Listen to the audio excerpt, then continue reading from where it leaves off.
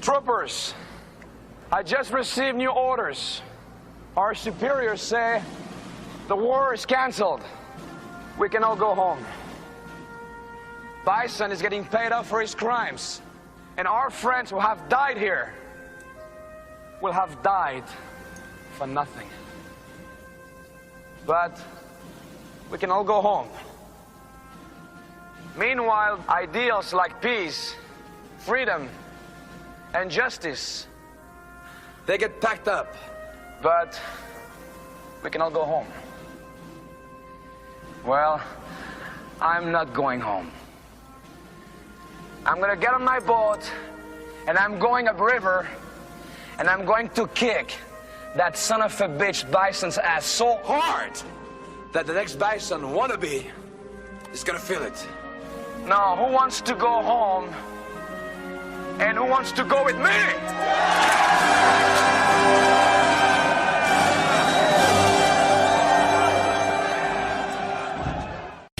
It has begun!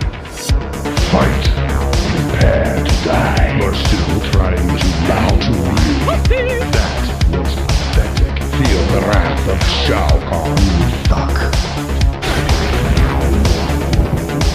Your brother's soul is mine. You will be next. Finish him. Get over here! Flawless victory. Friendship again. Those were $500 sunglasses, asshole. This is where you fall down.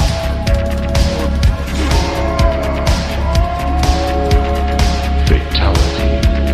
Too bad you will die.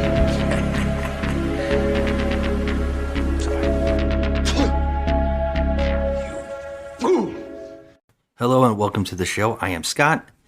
And I'm Joe. Hey, Joe. Hi, Scott. We are just another movie night, and this is Talking Trash. Talking trash. Talking Trash indeed. This is where we go to the bottom of the barrel, watch movies that people call the worst movie ever made. So bad it's good. And, did that movie happen? All while asking the question, is this a bad movie? And what is the worst movie ever made? And today we are continuing in a lineup of watching the Mortal Kombat films in honor of Mortal Kombat's release of the new video game. And today we're doing something different since we've watched all three Mortal Kombat live action films. I wanted to change it up and do a movie that kind of links to those movies accidentally. And that is 1994's Street Fighter. It was 20 years ago. My father was the village magistrate, a simple man with a simple code, justice.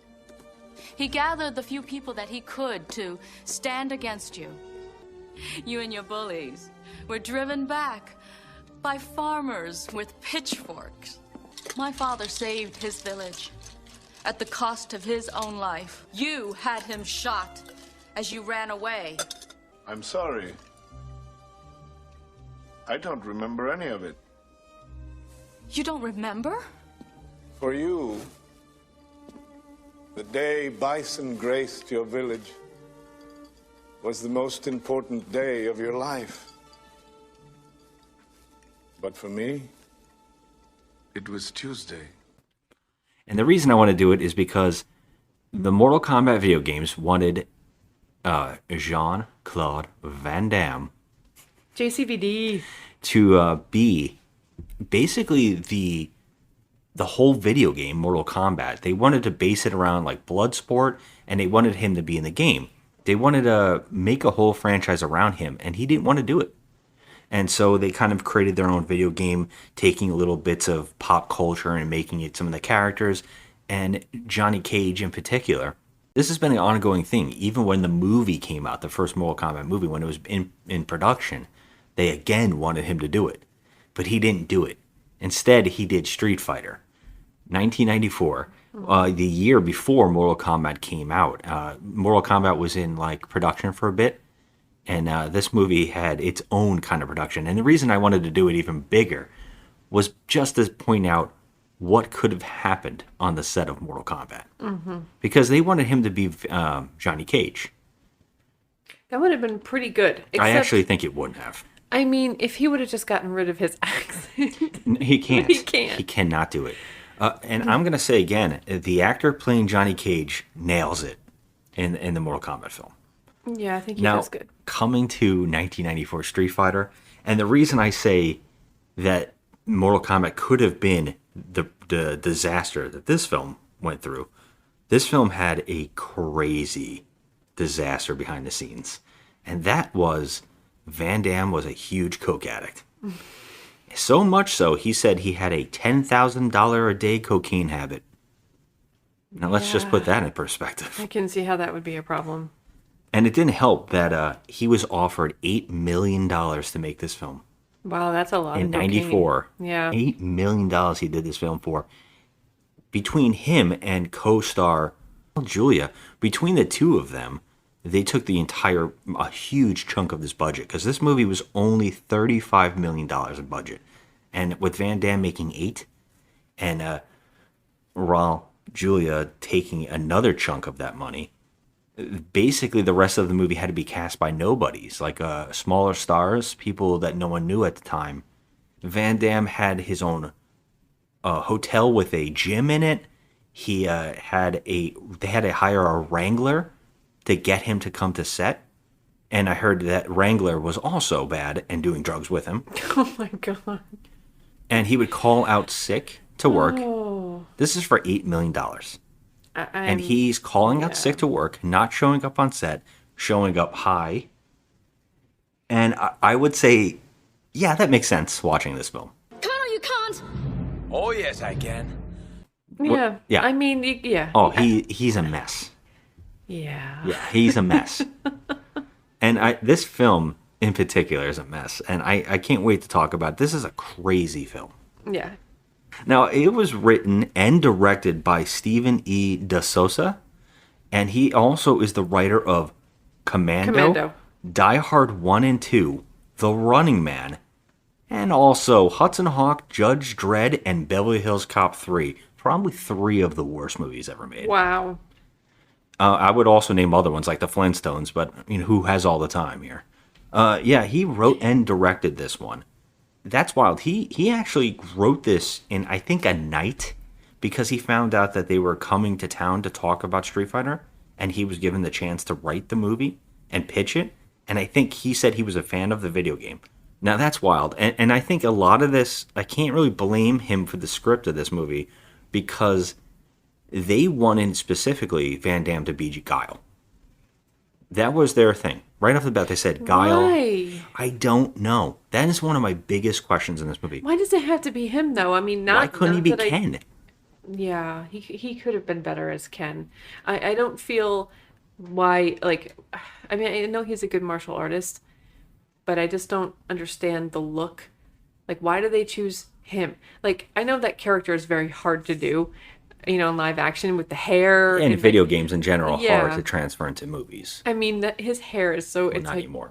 Yeah, it's crazy. But I don't see how, also Guile is an American, and there's no American emanating from JCVD at all. I know, and the funniest part is he's American to the extent that he is like a stereotype American in the video game. He's got the American tattoo. He's a douchebag fighter. He combs his hair when he wins. Yeah. And he's got crazy hair that's bleached up and everything like that.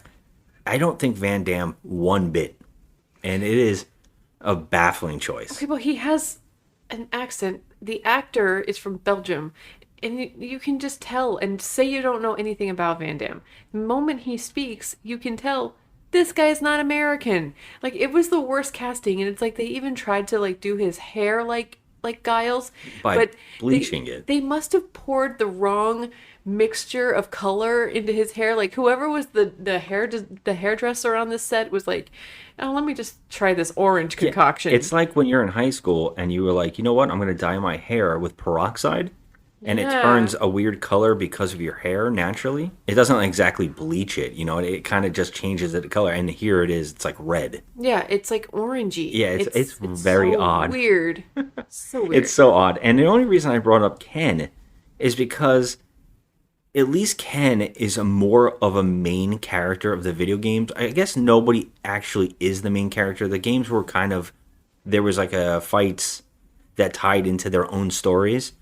But I think Ken and Ryu have always been kind of the staple main characters of these games. Yeah. You know, everybody always knows them as like the highlight. You know, they're kind of like that, like Mortal Kombat with the palette swapping.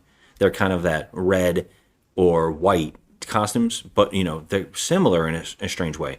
And I think it could have been interesting if they made him have like that brother character and they get through some kind of trouble and the other characters are around them instead of having Guile. And I wouldn't even say he's the main character. I wonder how much they had to write. And for $8 million, he does not seem like the main character. I know, that's true. Yeah, But 'cause I there's want a to lot correct you of on characters. something, because you said he had a $10,000 a day coke habit.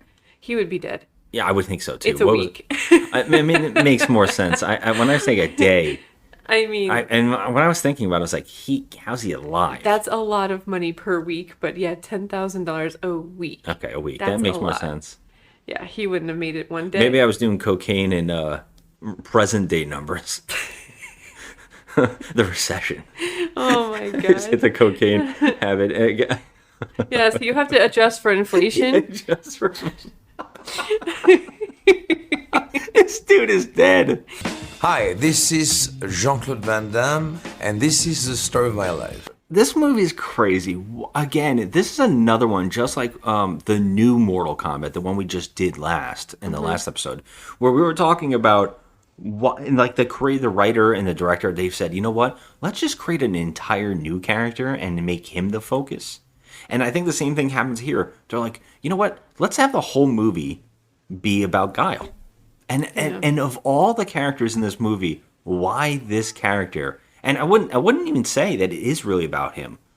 No, but he kind of takes front and center, obviously, because of the actor that was slated to play him. So, you know, you have back in the 90s, especially in 94, JCVD was like, you know, he was doing well with his movies, and he was a very like prominent action star, and you know, he does the kicks and the splits and all that. So everybody wanted him for their action movies.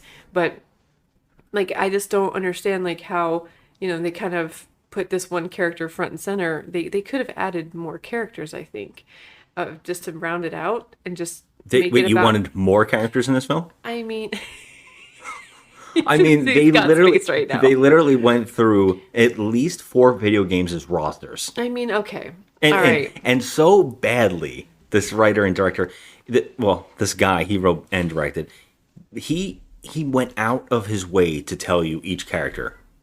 They had to say everybody's name. I mean, they had to. Very prominently in this film.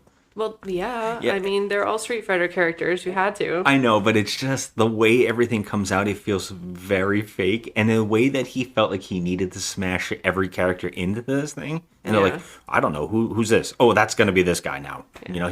You know, get an actor in here. It's Well, I am with you on the fact that I'm happier that he took this movie instead of played Johnny Cage. Yes.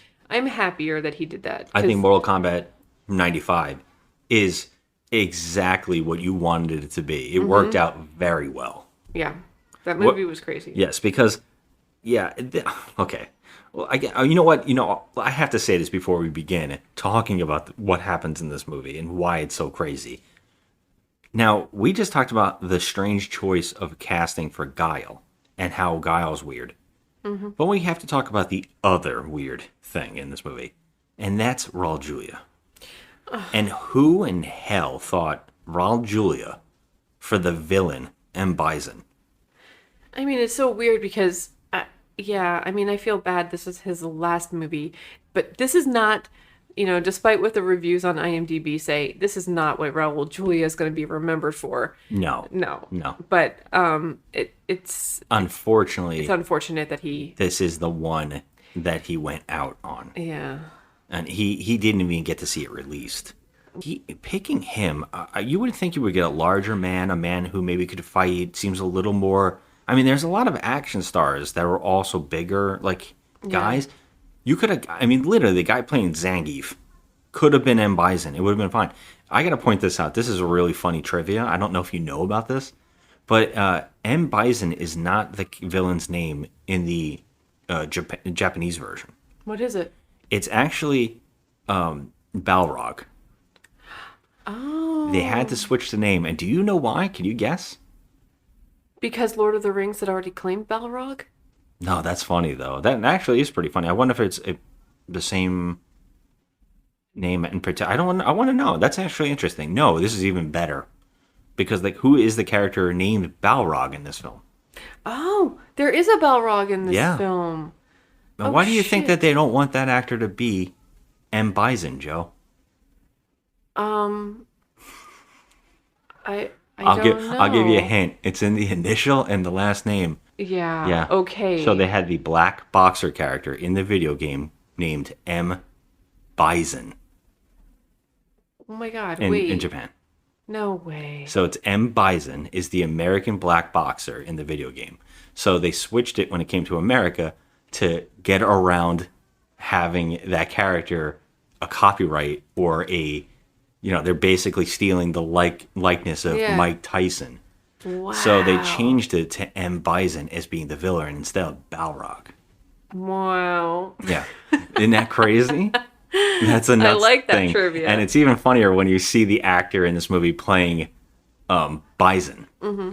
Like, Yeah. it's just really funny. It is a weird thing. And when I wonder if they changed that everywhere now because it is a strange thing. I think in the video game, in the first one, when it came out in overseas, that's how it was put out. Mm-hmm. So yeah, I mean, based off a Capcom video game, and they want you to know that in this movie too, by the way, Oh, yeah. They throw it in your face. by actually labeling a cap on a barrel, Capcom.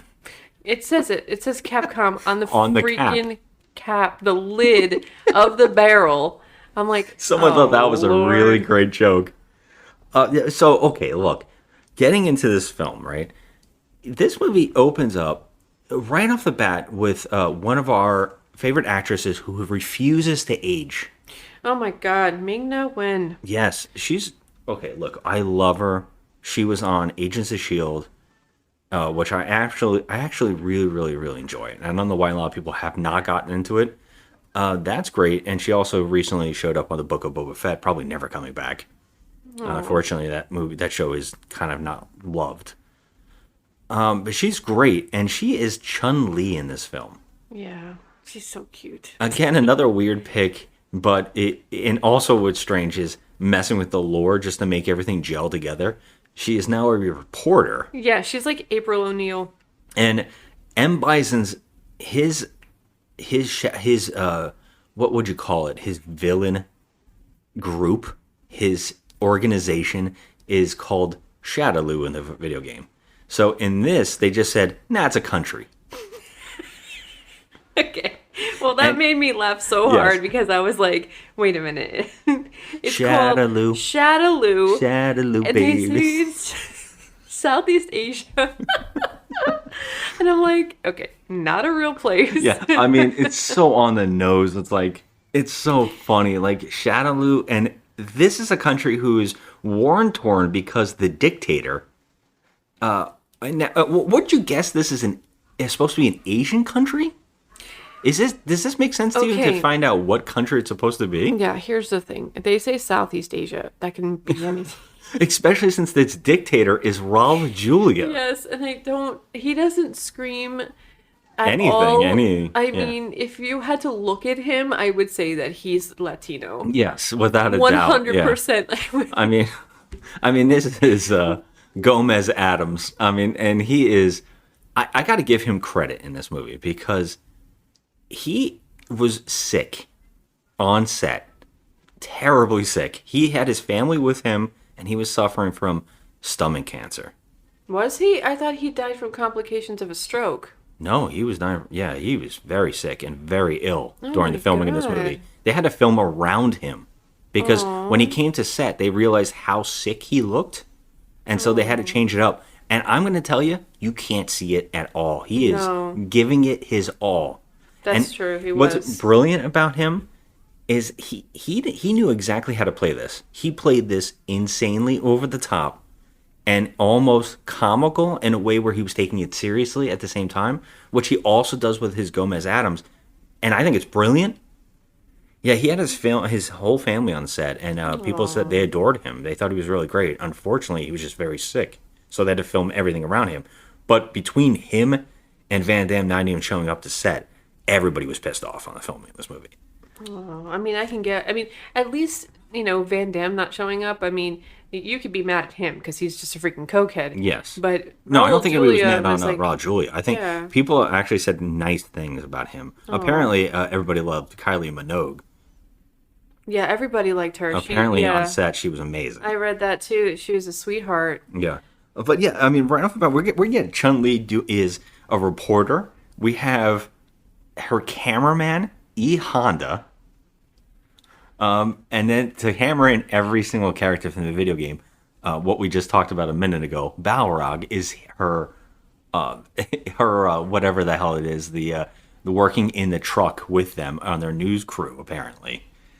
And He has the worst haircut. I don't care. I know it's in the video game, it's but so why? bad. Yeah.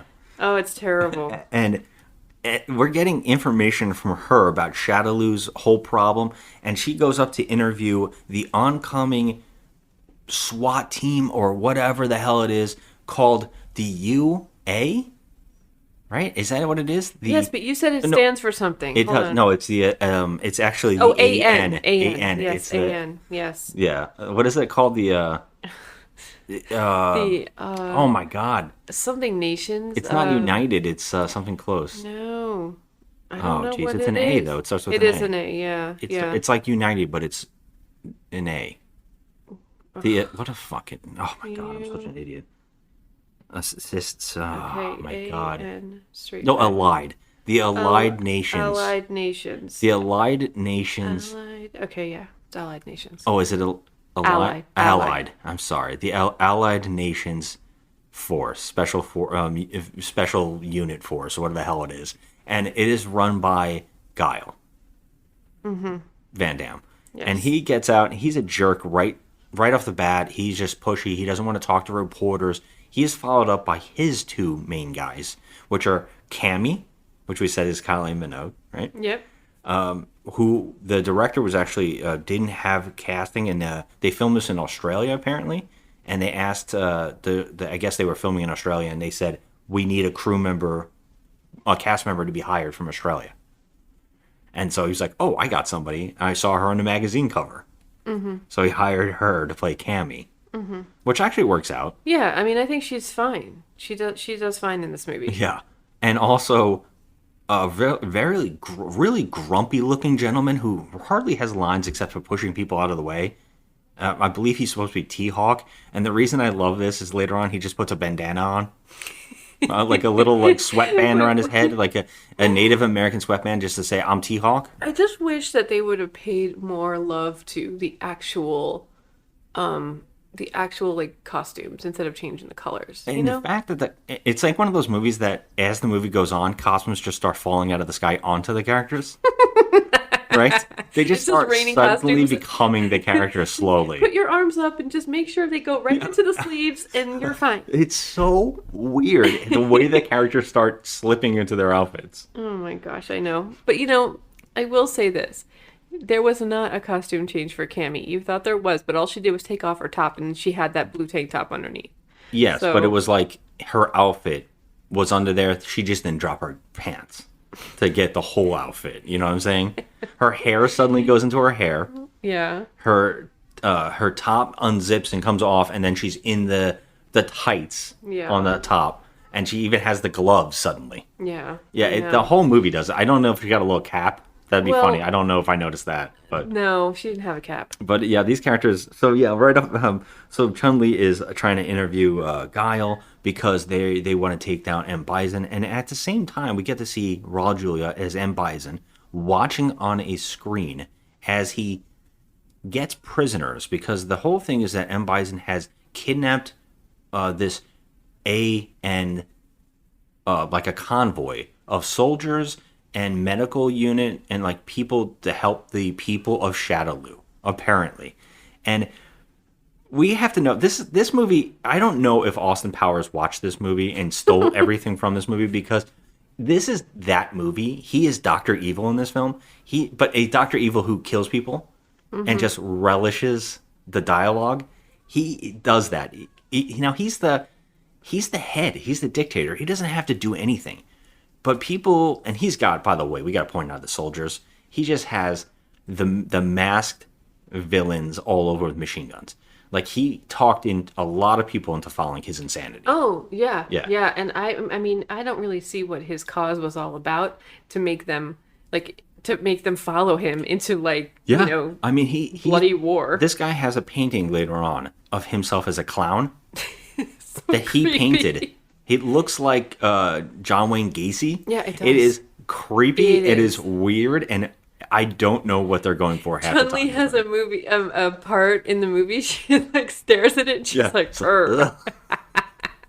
It's so funny because the movie seems to take itself extremely oddly serious outside of Raul Julia, but Raul Julia's scenes are insane and dialed up so high For real. that they steal everything. They're so funny and weird that you can't help but laugh. You gotta have to love it though, because I mean, you know, he was really bringing it. I mean, I think he I was cannot putting believe in he was sick. Like, so I much can't tell. effort, so much effort. He And is yeah, so he did over- have surgery like right before filming this Yep. movie. Poor man. Yeah.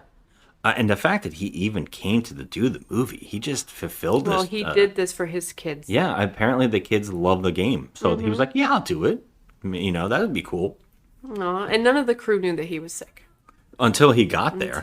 Yeah. I think they started finding out really quick. They said when he got to set and they saw how sickly he looked, they Yeah. had to film things around him. Yeah. Yeah. So yeah, we get to watch him, and he of course comes in there, and he's watching this report as he starts throwing these people in a weird pit. It's like a cage in the ground, but it's like a trap door You're just right. above It is like diabolical, like Austin Powers shit for real. It's next level. Like, you know, when weird. he opens the floor and there's like a shark with Yeah. freaking laser beams attached to their heads. Exactly. That's what it's like. And he throws people in this pit, and it seems so not needed. They could have just put them in a room somewhere. I know. They threw them in a metal pit in the middle of their office, Kind like of their just- main or like operations base. Yeah, but only because he just wanted everyone to know that he has a pit in the floor. Yeah, he wants us to know. I'm Yeah. really weird. Hostage pit closing. You came from across the world to fight me, soldier. Stand clear. Now is your chance. Nations relief workers kidnapped 24 hours ago by Shadaloo. Pathetic. Like I'm a Yeah. weird evil dude. Like, I can do that because I'm evil. Yeah. And he's got his two henchmen, by the way, which is Zangief, which is a large Russian man who is actually very funny in this film. And Quick, change the channel. he's really over the top. We've this seen actor. him before, though. He's actually really funny. I think we've seen him before. Yes, and he's in a bunch of stuff. I think he was actually in Batman Returns as Christopher Walken's son. If I'm not mistaken, I think that's him. I could be wrong. But yeah, he is playing Zangief, and also we have your actor that you love from everything. Okay, so Miguel Nunez was highly, highly underused here. Miguel Nunez plays Spider in one of my favorite movies, Return of the Living Dead.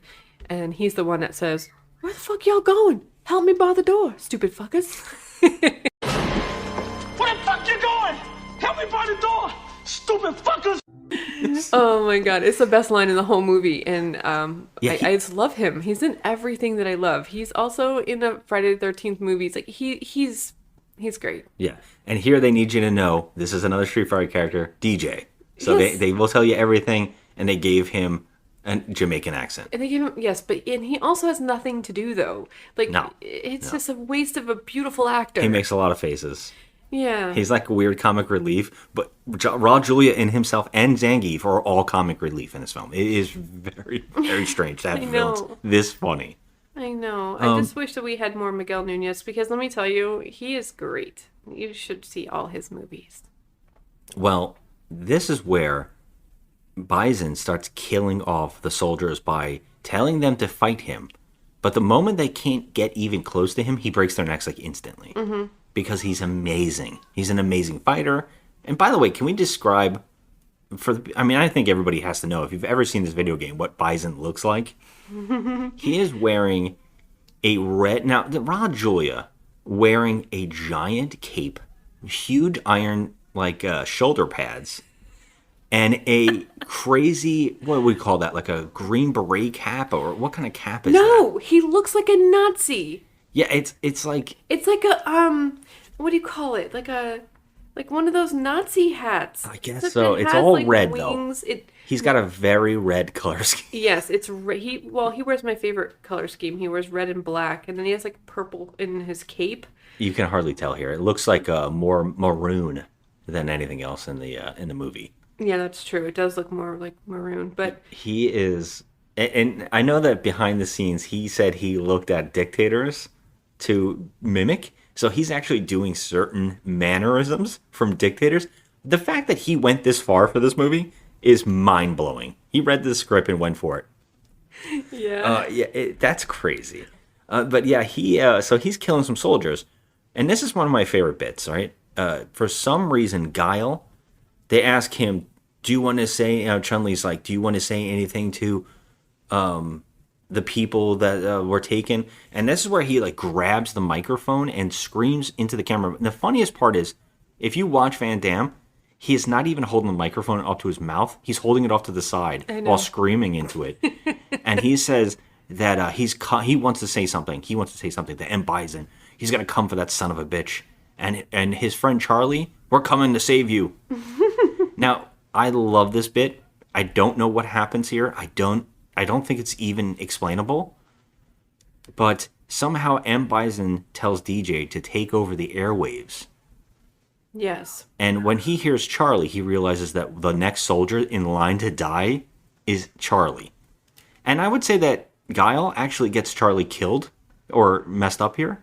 And the reason that everything happens to Charlie is because he yelled his name out. So why wouldn't the villain get revenge on the person that he cares about? Of course he would. Yeah. I would never say my friend's name. And by the way, Charlie's there? Please don't hurt him. Don't do anything to Charlie. Well, I have a question, because, I had to have a question. So in the movie, okay, so I'm reading that M. Bison is also known as Vega. But there was a character in this movie called Vega. Is he really? Yes. I've never heard that. Yes, I'm reading on the wiki right now. It says that he's known as Vega, and in Japan it's Bega. I guess that's what they call him in Japan. So it wasn't Balrog? But was I wrong with all this information? Hold on. He's Vega. Yeah, it says he's Vega. Oh, it says, hold on. You're right. Okay. It says... Yeah, I was right. M. Bison in Japan. Is named M. Bison. Yeah, in Japan, the character of Balrog is named M. Bison. Okay, and it says for Vega, he's also Vega. So I don't understand that. 2,000 years later. So it's a long, convoluted thing here, but it seems like they switched the characters around. So I guess the only information I got wrong was that he was named Vega, and they figured that there would be a big problem coming along with M. Bison. Okay. They actually called him Mike Bison. And apparently they changed it from Mike Bison to M. Bison. And then they were like, wait, there might be a concern. So they shifted 3 characters' names around. I got it. So Vega became I don't know what Vega's name was, but it doesn't. None of that really matters. No, I was pretty much right with this, but it was just one more character. It was actually Vega.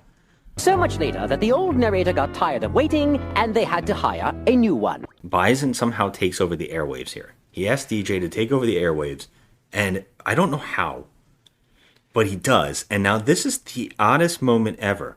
There are no camera crews in M. Bison's base, and there is no screen in front of Guile. Right. But somehow both characters can see each other. I feel like Guile can't see him, but Bison can see him. He starts talking to him. Well, I mean, he could be talking to him, but maybe he's looking into the news camera, because he literally But where's he hearing it? That's true. Yes.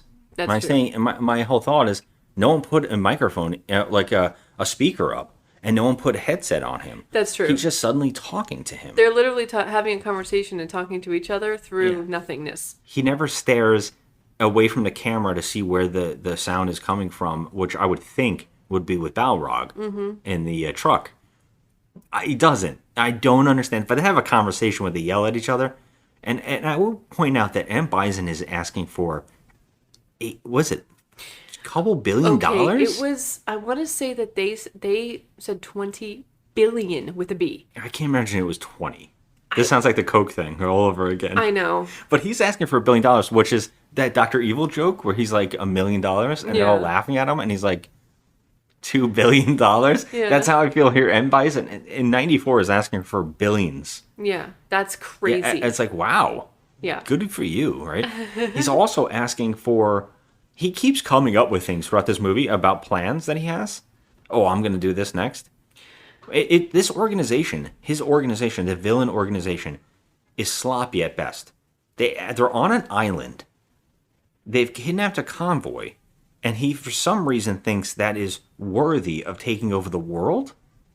Yeah, I don't understand that. It's not like he has a lot of stakes. This is the ransom that he's asking them to pay because these doctors and scientists are helping the nation of Shadaloo. Yes. And so he's asking for $1 billion. He's asking for billions of dollars. Billions of dollars to rescue them. And not only them, but he's also got some other plan. He keeps coming up with plans, and every time I'm like, I don't understand his threat. If he had like weapons of mass destruction and he was going to blow up the world, then I can understand it. Yeah. All I can see here is that he has some convoluted idea that he's going to make super mutants.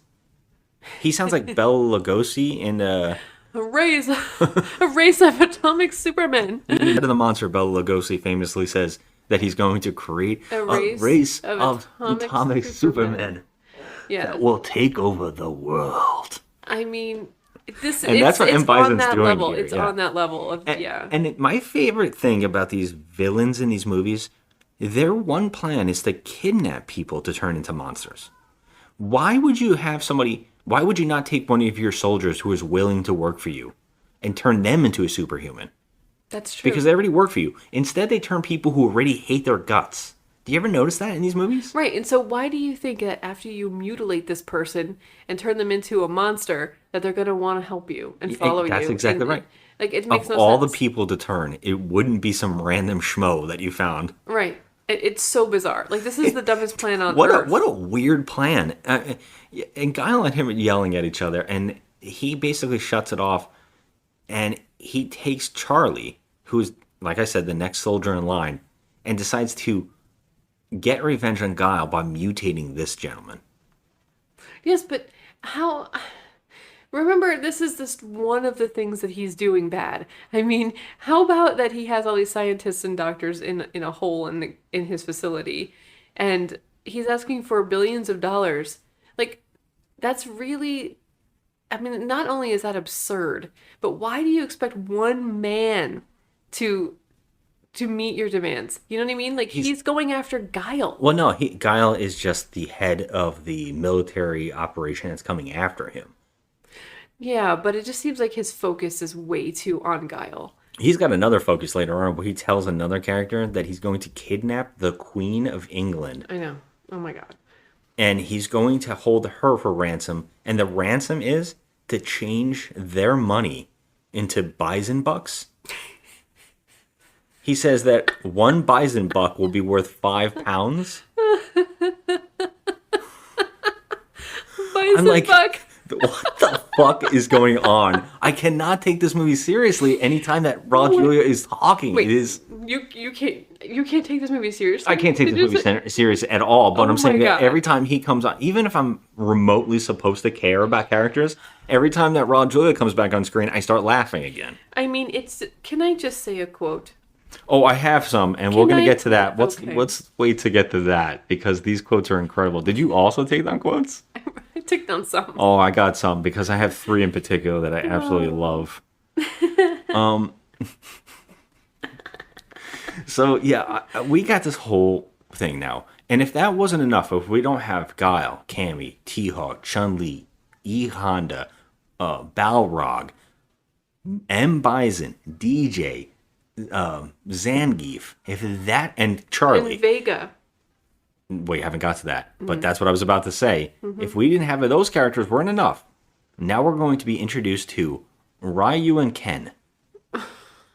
who usually are your heroes, your badasses, the guys that you want to play as in the video game. And here they come as arm dealers.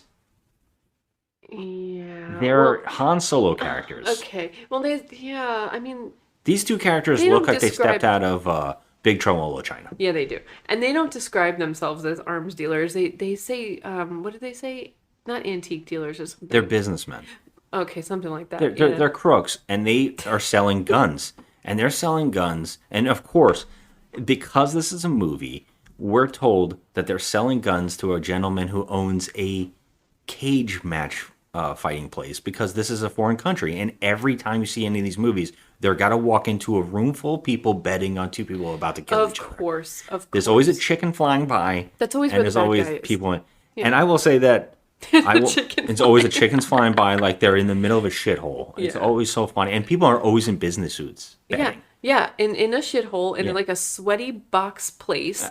Who the fuck came up with these weird cliches in these movies? I don't know, but that's always where the rich people are. It's weird. Yeah, and this is the one thing I have to point out. The one character who actually feels like he popped out of the video game is Vega. Yeah. This guy's in the cage, about to fight another guy. Yes, but can we say that he's blonde in the game? He's blonde.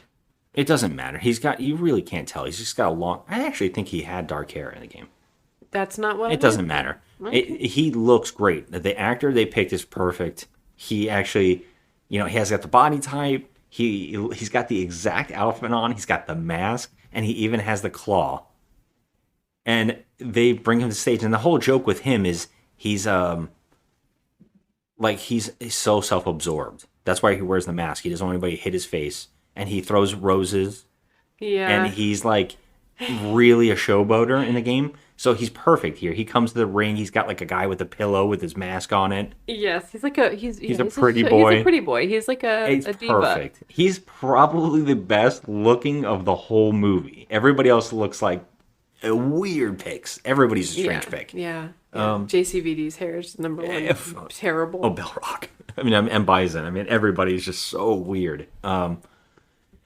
But yes, Ken and Ryu are being brought into this place as this match is going on, where Vega is killing another guy in the cage match. And they're brought in, and it turns out that the person they're selling guns to is Sagat. Sagat. Yeah. And that's another main bad guy from the video game, a guy with an eye patch. He has an eye patch. That means he's diabolical. Yes. I mean, unless you're Nick Fury. Yes. Apparently, Ken and Ryu. Now, I guess we have to point out that Ken's actor, he looks like a cross between Michael Biehn and someone else. Oh my God. It is so weird and strange of a pick. I don't like it. It bothers me. He doesn't look like a fighter. But these two guys actually have some kind of fun chemistry, although he's not the best. They're not the acting is a little sus. But the two characters do have a little fun chemistry. And they're probably some of the better moments. Their little bromance. Yeah, I is like kind the of two some of them of the better together. moments. Yeah, they actually do work off each other very well. If the entire Guile subplot was removed from this film, I might have had more fun. Yeah, I mean, that kind of hurts me to say because I love JCVD. I am very entertained by his movies. When I was a kid, I wasn't a big fan of his, and the reason was he always came off as a real jerk. Behind the set. Yeah, and arrogant. He was very arrogant, and it was very clear that he was a drug addict. Mm-hmm. And I couldn't get into him, I think, as a person. When I got older, we saw JVCD, the movie. JCVD. And it was fantastic. And he does a whole scene in there where he talks about his life to the camera while crying. Mm-hmm. And it changes things for you. It changes a lot for me, and I respected him so much after seeing that film. That I went back and started watching all his movies, and I enjoyed myself a lot more. And I enjoyed him in those movies a lot more. And I understand when someone gets fame thrusted upon them. I mean, this guy, if anybody doesn't know this, I have to tell this story. He was supposed to be the Predator. And if people don't know about this, you have to go search the footage of him behind the scenes. It was going to be a whole nother movie, and the alien looked terrible, and he was the Predator. And they stuck him in a suit where he couldn't see. It was a nightmare. And he had such a terrible thing. That was his first, I'm coming to America. I'm going to make a big film. you know, and that's what they treated him, and they ended up like getting rid of him from the film and redoing it, and that movie turned out amazing. Mm-hmm. The problem is, you know, when he finally did get famous, he had an ego. Like, you know, I deserve this. You treated me like shit. Now I'm kind of like that. And of course, the fame, women, drugs, all these things are being thrown at you as the fame comes along. Of course, he's going to turn into an egomaniac. Yeah. And I understand, and I never blame any of these people. I feel bad for them and all that kind of stuff. And that's how I feel about him, you know. But yeah, he in this film, unfortunately, is probably the weakest element for me. Yeah, I mean, we've seen his movies, and you know, The Quest. That's like my favorite one of his. And everybody would be like mad about that because people don't like that film, but we kind of like it. He directed it, and it's actually not that bad. It's actually he put a lot into it. I mean, I'm always different. My favorite Beatle is Ringo. Leave me alone. Anyway, so I thought it was George. I mean, I do like George. Yes, George has the best songs. Anyway, so I feel like yes, you are correct. He's kind of like the weak part of this. He is the weak part, and I kind of enjoy the other characters, although it is way too silly, and it feels like another video game movie that came out before this, which was Double Dragon.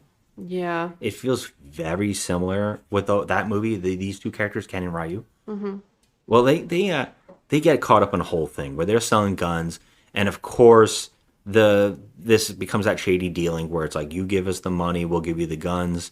Oh, I already have your guns. And it turns out that the guns they were going to give them were toys, and they shoot tennis balls. That was funny. Yeah.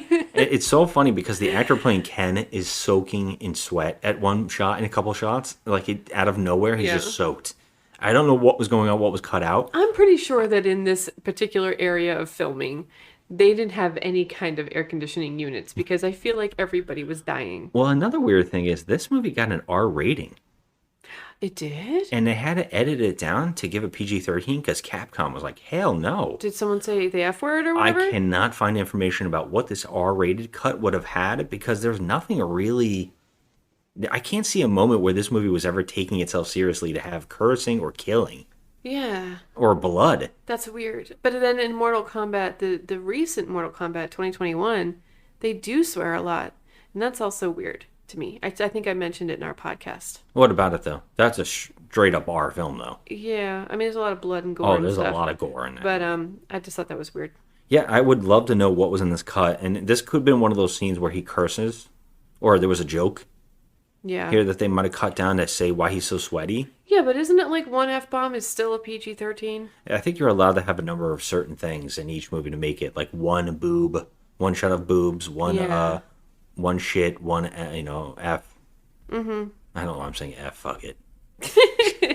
But you're an adult, sir. You could say the word. Yeah, so it's silly. We got Vega, Saget, or Sagat. Sagat. I always used to say Saget when I was a kid. Bob Saget. No, you're a kid and you're a dummy. Well, you'd also have it pronounced, you don't have been told because they didn't talk in the video games back then. That's true. So you had to read it and come up with how you say these names. Yeah, that's very true.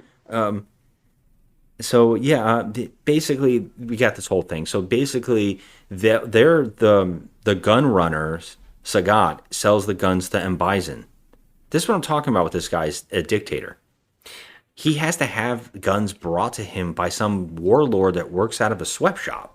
Yeah, it doesn't make any sense. That doesn't scream like warlord or, professional No, criminal. Nobody does. Like, it's almost comical. It's like this person, this character, I know stepped out of a video game, but it seemed like this person stepped out of, like, the Super Mario Brothers movie. Yeah.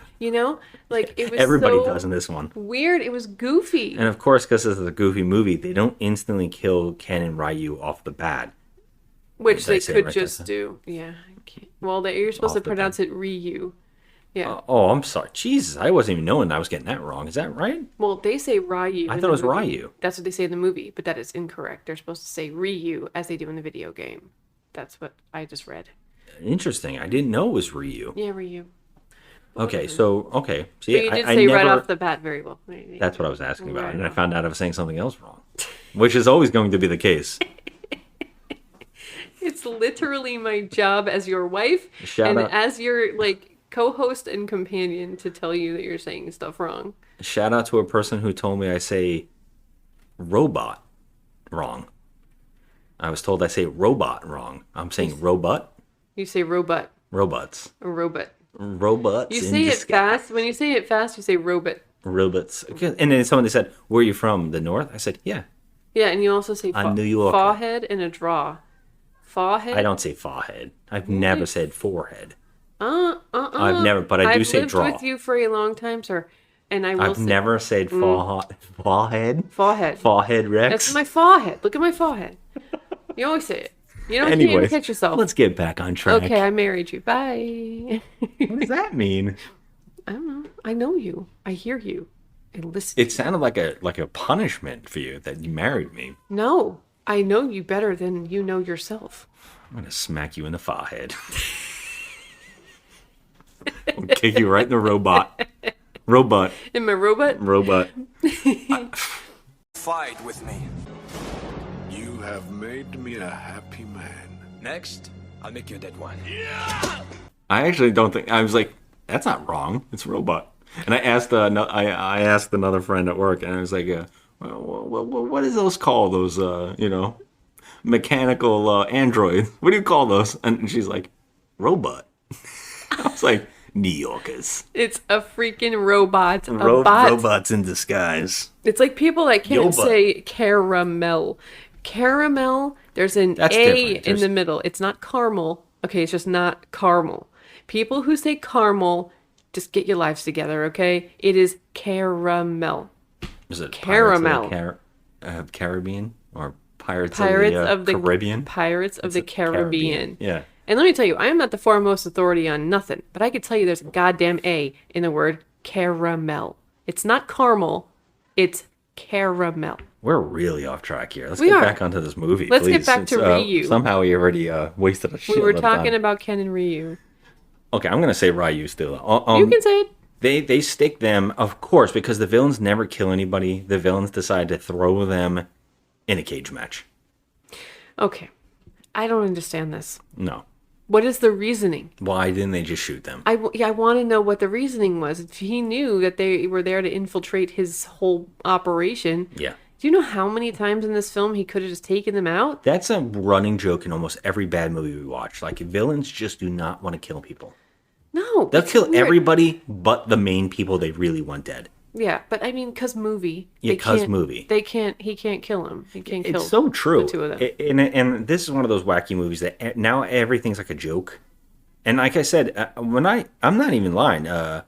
Ryu and Ken are virtually Big Trouble in Little China characters because everything that happens to them is like comical in a way where it's like an action movie and it's a buddy movie. Mm-hmm. So he gets put in a ring to fight Vega, and someone rips off his shirt. Like a ring girl rips off his shirt and shows his body. And all the women who are holding up Vega signs are like, throw them away because they're instantly now attracted to Ryu.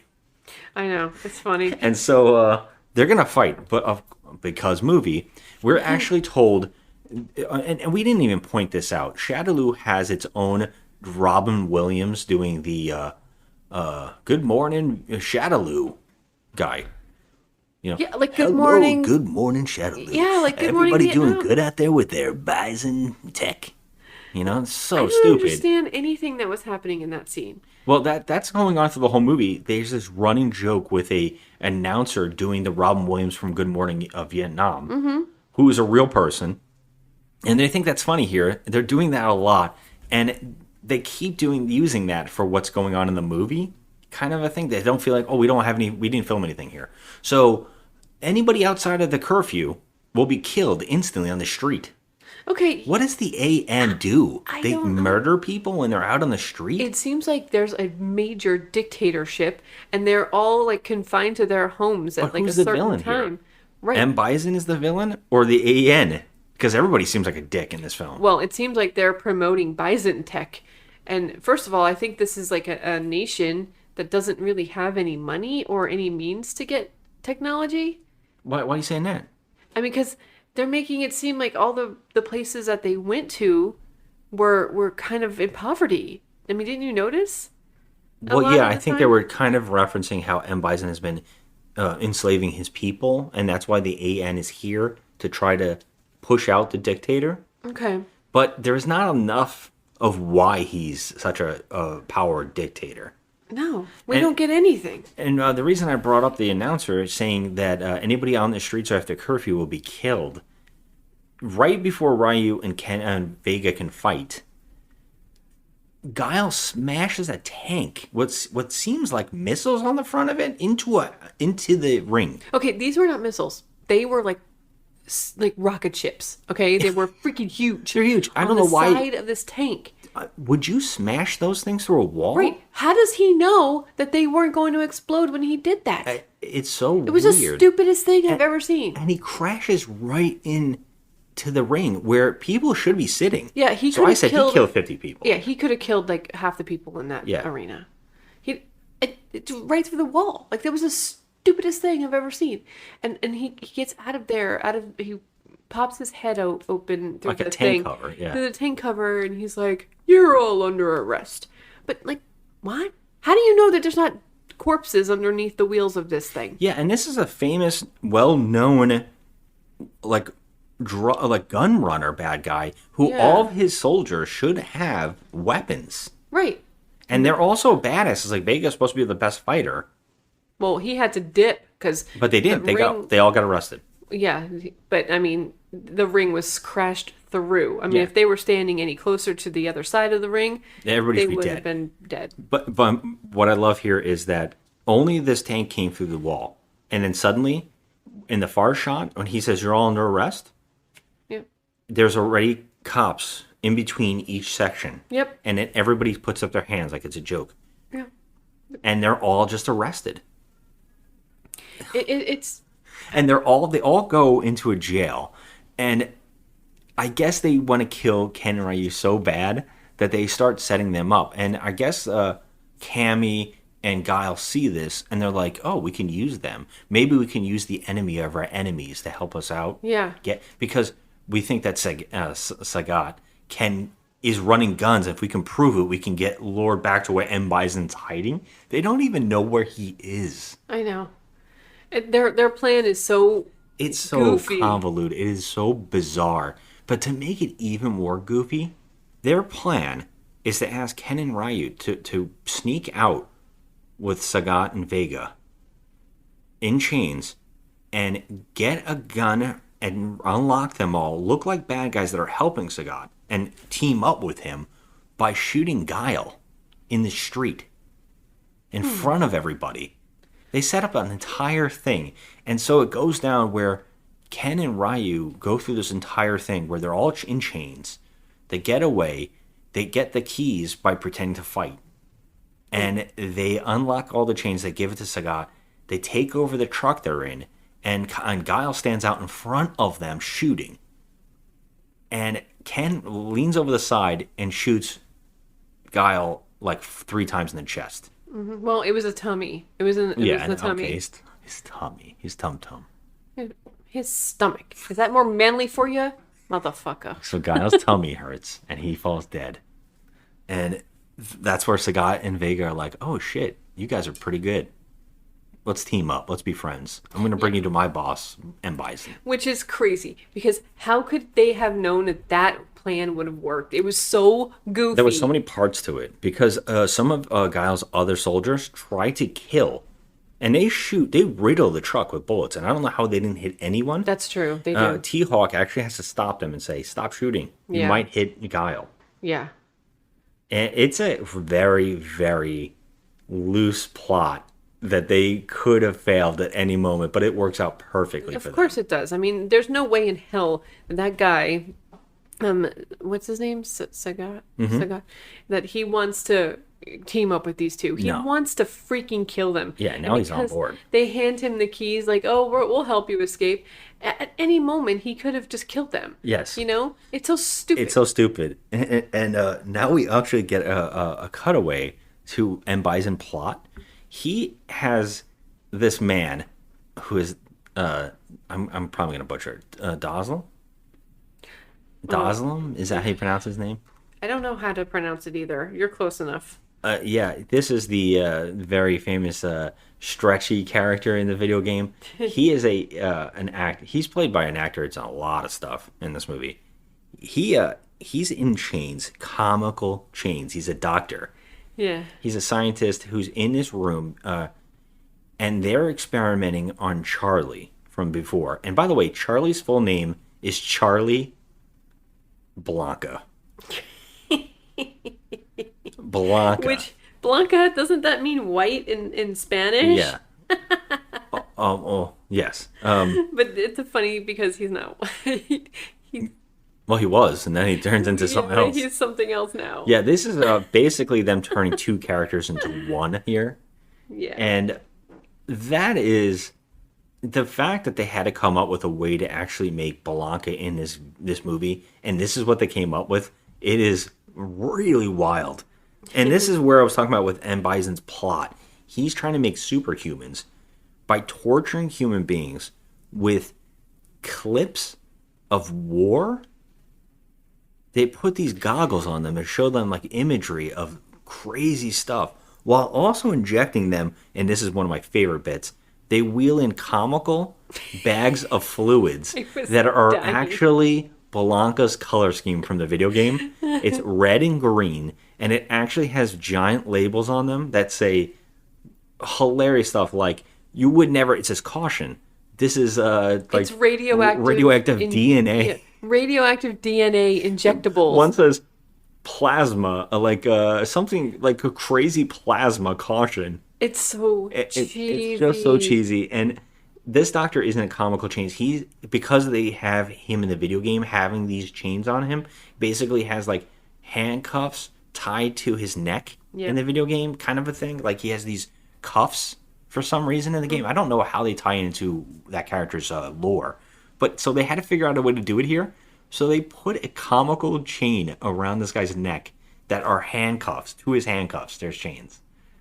He can still move his arms fine. Yeah. I don't know what these handcuffs are supposed to do to this gentleman. It is so weird. He walks around and he's being told that he's being forced to work on this. But this is even better. He's not needed. I mean, no, he's not, because it seems like they already know what to do. Yeah. But like, why are they doing this? Bison says he's making superhumans to fight, to take over the world for him. He's trying to control superhumans. And Charlie's one of the experiments that he's doing. And he tells this guy, we already have your info and your research. We could just do it on our own. I mean, yeah, well, they don't need him at all. And they really don't need him. He's just there because he's part of the video game. So it's like, okay, let's just put him in. Yeah. But like, there's only one experiment going on, and that's Charlie. So like, what do you mean you're making Superman? Yeah, and I love one man. The computer here is so great. It keeps saying things like 50% muscle mass. You know, like, oh my god, 30% brain activity. Yeah, it's just like wild. They don't need this doctor at all. Upgrade. But like, there's just no point to this whole entire movie. Like, once he gets kidnapped or whatever, he's just in this machine, and you see him occasionally, and he's slowly turning into something else. Yeah, I wish it would have been like back down fireball. You know, like left, right, left. Up, down, X. Yes. Up, down, down, left, right. A/B start? Is that Which what I it just was? learned A/B how to select use. Start? Like the Liu Kang fireball. I learned how to use that in Mortal Kombat recently. I'm pretty good at it now. Oh Yeah. She's learning. So yeah, this computer, this character, and M. Bison threatening him was making his crazy super soldiers. It's just another subplot forced into this movie that's not needed. Yeah. It's so stupid. It goes nowhere anyways. Yeah. They could have just had a guy and called him Blanka. I mean, well, his name is actually Blanka. It's Carlos Blanka. Who? Isn't it? It's character? Charlie Blanka. Well, it's Carlos. They call him Charlie for like a nickname. Oh, do they? Mm-hmm. It's Carlos. Okay. Well, whatever. It doesn't matter. Stupid It doesn't crap that we come don't back need. until way later in the movie anyways. So, yeah, the plot is Ryu and Ken are going to infiltrate them. So, naturally, the plot now becomes that Ken and Ryu... and by the way, this is comes to one of the quotes. Okay, because this is where I love. This is Raw Julia stuff. They see on the news that Ken was killed. Guile was killed. Mm-hmm. And by Sagat and some other people. And he sees this on the news, and DJ goes, "That's great." And this is where Bison says, "Not for me. I was hoping to face Guile personally on the battlefield. One gentleman warrior to another. In respectful combat. Then I would snap his spine. The road not taken. But why? Why do they still call me a warlord? And mad? All I want to do is create the perfect genetic soldier. Not for power, not for evil, but for good. Carlos Blanka will be the first of many. They shall march out of my laboratory and sweep away every adversary, every creed, every nation, until the very planet is in the loving grip of the Pax Biscanca. And then peace will reign, and the world, and all of humanity, shall bow to me in humble gratitude." Sorry. It was amazing. God bless you, Raw Julia. Amazing. You're amazing. I just love that. I would snap his spine. I would have to fight him in respectful combat. But he's not break his spine. Yeah, but he's not a bad guy. Why do they call him a warlord? Pax Biscanca? How do you say that? I have no idea. Bisonca. Yeah, let's go with that. That sounds about right. Bisonca. Of the Pax Bisonica. Bisonica. Bisonica. Bisonica. Love it. Okay, so anyways. Yeah, so now we get I guess, while Sagat, Vega, Ken, and Ryu are on the run, they join up with M. Bison, who throws them, like, I don't know why, they're at, like, circus tents. Yeah. And they throw them like a ball. It's like a welcome party. Yeah, where there's a woman that comes from the sky that starts doing, like, dance, like, basically Circus Soleil. Yeah. In front of them. And it's actually secretly It's Chun-Li. Yeah, Chun-Li, she's dressed up and she has a mask, like a masquerade. Yeah, she looks like Katana. On. And yeah, she looks cute. So she's, shaking her booty and, doing, like, trying to do, like, a magic trick. So they put her, like, Honda's there too.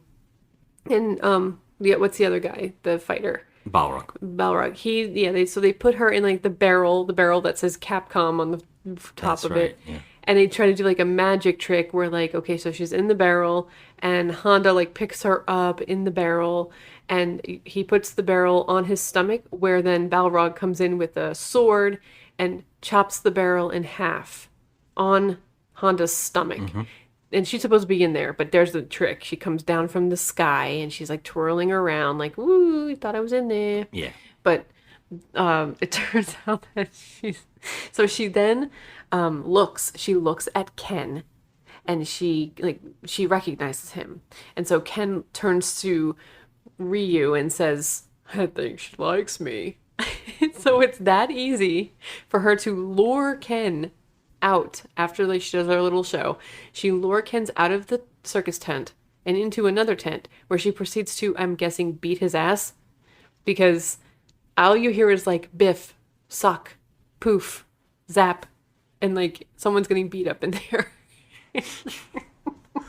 While you were saying all that, I just remembered that I think something else happened we forgot to mention, and that's that Chun-Li broke into the police headquarters and found out that she went into the morgue to see Guile's body, and Guile's still laying under the sheet. Oh yeah. And then he just sits up. So Guile was waiting under a sheet, pretending to be dead for, like, a whole night. Yeah, and okay, so because Chun-Li had to see him get up. Yeah. Oh my God, you're not dead. And then he explains that it was all just a ruse. Yeah, she figured it out real quick. Yeah. She actually knows. She's like, "Oh, I get it. Those two guys are the ones that pretend to kill you. They're working for you." Yeah. And they try to arrest her for breaking into a police, like the military stuff. And she runs out. She jumps out the window and runs off. Yeah, she's like a little ninja. And they're like, and of course, Kyle goes, "What a woman." But that's when she goes to this thing, and she does this magic tricks that you're seeing. Yeah. And while that is happening, the other 10, I think they're fighting. Mm-hmm.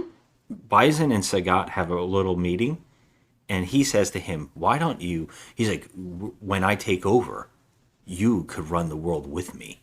You can run one of the countries." Now, this bothers me a lot because, I mean, didn't he double cross him? Yeah, well. So. No, not yet. I feel like he did. Didn't he? No, he never Ken and Ryu double crossed Sagat. Okay. But no, he says, "You can run the world. You can run Shadaloo with me as my second," or whatever. And Sagat says, "Well, let me see your money first." And he gives him a case, and that is when we get introduced to the Bison bucks. Oh my gosh! And he's like, "What is this money? This isn't worth the money that the paper it's printed on." And he's like, "Oh, you kidding me? I'm kidnapping the Queen of England, and which, by the way, never comes back." And he says, "I'm gonna hold her ransom to make them worth £5 each." I mean, he very well couldn't kidnap the Queen of England. There's too many other plots going on. Yeah, and that's when Sagat basically curses out. He's like, "You're a madman. You're crazy."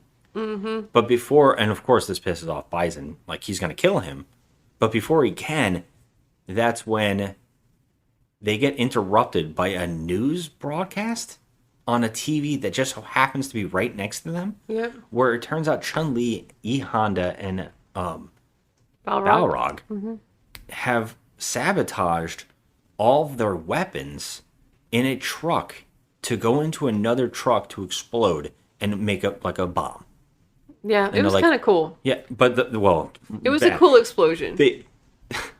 Sagat and Bison watch this slowly happen as they're realizing, and he looks back and forth watching the truck ram the other truck, and he's like, okay, everybody run. And that's when they run.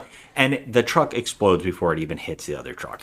Yeah. I mean, it's very badly timed. Movie magic. Yeah, they didn't even film this even correct at all. It's a cool explosion, though. It blows up, and now they run off, and just Chun-Li and E Honda and Balrog have a head start.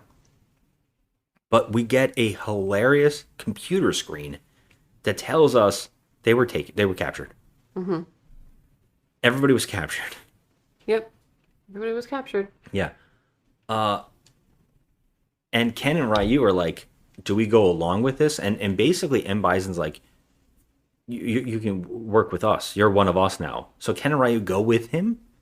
Yeah, that doesn't make any sense. And Sagat has just insulted him, but he brings him along too. He doesn't kill him. Yeah. He just keeps him along as one of his guys. Mm-hmm. It's really, really strange. But they go to torture the rest of them. But the problem is, I guess the twist is that the three of them aren't really news people. They're three people who want revenge on M. Bison for ruining their lives. I guess Chun-Li's father was killed in front of her by M. Bison, which he says, "Well, that to you it was a big day in your life. To me, it was just Tuesday." Yeah, I was like, "Oh my god, I would have killed this motherfucker right there." I love that part though. I love that line so much. I guess E Honda's career was crippled, and so was Balrog's. Their careers were completely destroyed by M. Bison. Mm-hmm. They were like premier fighters. He was a boxer, and he was a sumo wrestler. Yeah. So I guess their lives were completely destroyed. So they banded together to get revenge.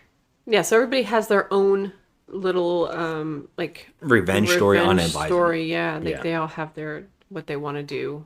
You think that you would make it maybe his side guys like, "Oh, I have a grudge against DJ, or I have a grudge against Zangief, or I have a grudge against Vega," and it all just ties up. Yeah. But instead, they're like, "No, we all have one common villain." Yeah. So. Well, because he's the worst. Yeah, and Ken and Ryu basically are going through a crisis of conscience. Like they're starting to realize that maybe they're doing the wrong thing.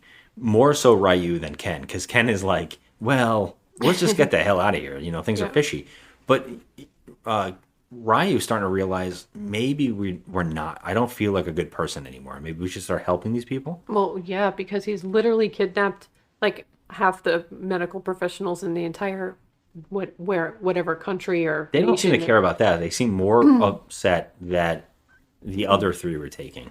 Well, that and also that he has a plan to kidnap the Queen of England.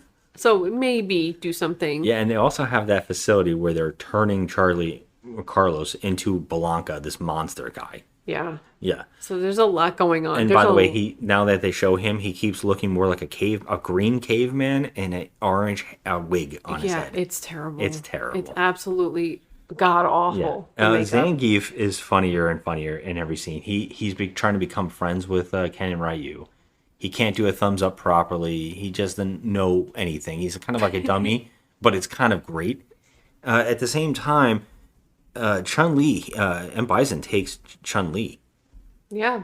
He's got her and he makes sure that He says, I want her in my room. Yes. This is a very villainy cliche that we see in a lot of movies. Especially these video game films. You mentioned Big Trouble in Little China before. They do it then, where Lopan takes the two girls and dresses them in their beautiful red gowns and their headpieces. Yeah, a lot of people will go back to Return of the Jedi with Slave Leia. Yes. For some reason, The villain Jabba's always put her in a metal bikini. Well, yes, because the villain, likes the women to be dressed the way he Even a wants them giant to. slug is Yeah. like, I'm into women. It's like, Humans. let me dress them the way I want them to look. Yeah. And so he puts, Bison puts Chun-Li in this beautiful red Asian dress with the slits up the side, and her cute little hair buns that she wears. Yeah, she's now in the outfit. She's in the outfit. It's just a different color. Yes, it's the red. It's actually the alternate outfit from the video game. Yeah. The one everybody knows is blue, but if you pick two characters, the other one would be red. Yeah, she looks cute as hell. I mean, Ming-Na Wen is she's adorable. Yeah.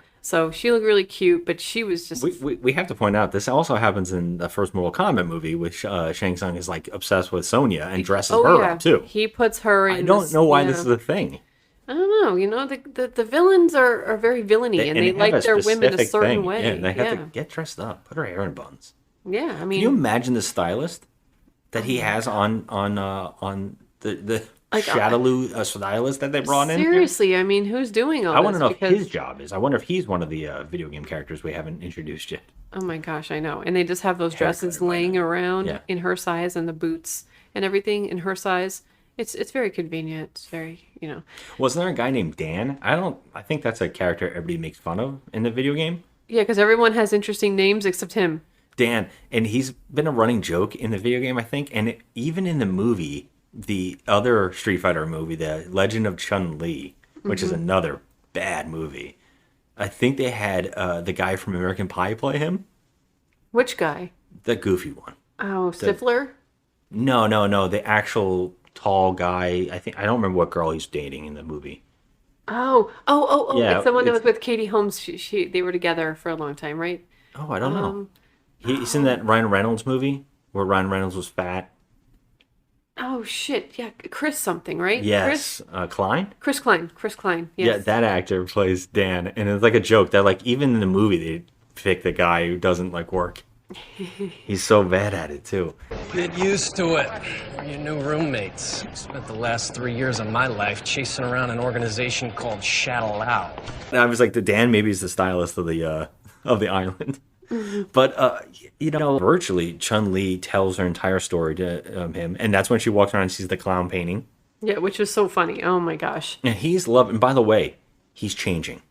You want to talk about his clothes? Because he has the comical woman behind the shade throwing his outfit over the shade. Oh my god.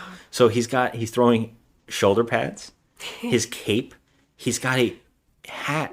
He has a hat rack. It's like 100 colors of his hats. It's the same hat. It's like all different colors. He puts on a smoking jacket color scheme of M. Bison and then takes a new hat that matches that color scheme. He looks like the Adolf Hitler of he looks like the Hugh Hefner of like the Russian dictatorship or whatever. He's amazing. He's so funny in the scene. He's like shaking cocktails as she's telling this sad story about her life. And he's like, he doesn't give a shit. I don't give a shit. He's the villain. She tells him that she learned every fight, like 3 fighting styles just to prepare to beat him. Yep. And he says, "Yeah, I know you're a liar because I've seen you. You never had a fight yet. You've been hiding behind E Honda and Balrog this entire time. Yeah, he says, you're no threat to You're me. no threat. I can tell." She says, she holds up her shackles and she breaks them. Yeah, she says, "That's what I wanted you to think." I wanted you to think that. And Don't she does underestimate me. She does her jump kick from the video game right into him. And he goes flying. She beats his ass. She actually smashes him to like his television screen. Yeah, she does. She does a really good job. But at the same time, E Honda and Balrog were being tortured. And they broke out. But Ken and Ryu decided to help them. And they thought they'll be really excited to see us. But when they walk in to save them, they chain them up and they gag them with their chains. They're choking them out. And they speak in choke code. And it's supposed to be a really funny joke that they're speaking to him like this. And they're like, "Oh, I think he said he can help us." Did you hear it? I don't know. Did you hear even I a didn't word? know what was happening. I kind of giggled at this joke, but it was kind of like, this is so stupid. It was like, I think it was funny, stupid on purpose. It's so odd. Because it was just funny. Like, he was literally like gurgling, like he couldn't breathe. And he says, "Wait, what's that? You can help us?" You can help. He keeps saying different things first. Oh He's my like, God. I think he just said, "Hail Bison." He's like, "No, I don't know if that's what he said. I think he says he knows the way out." And he went, "Oh, you can help us?"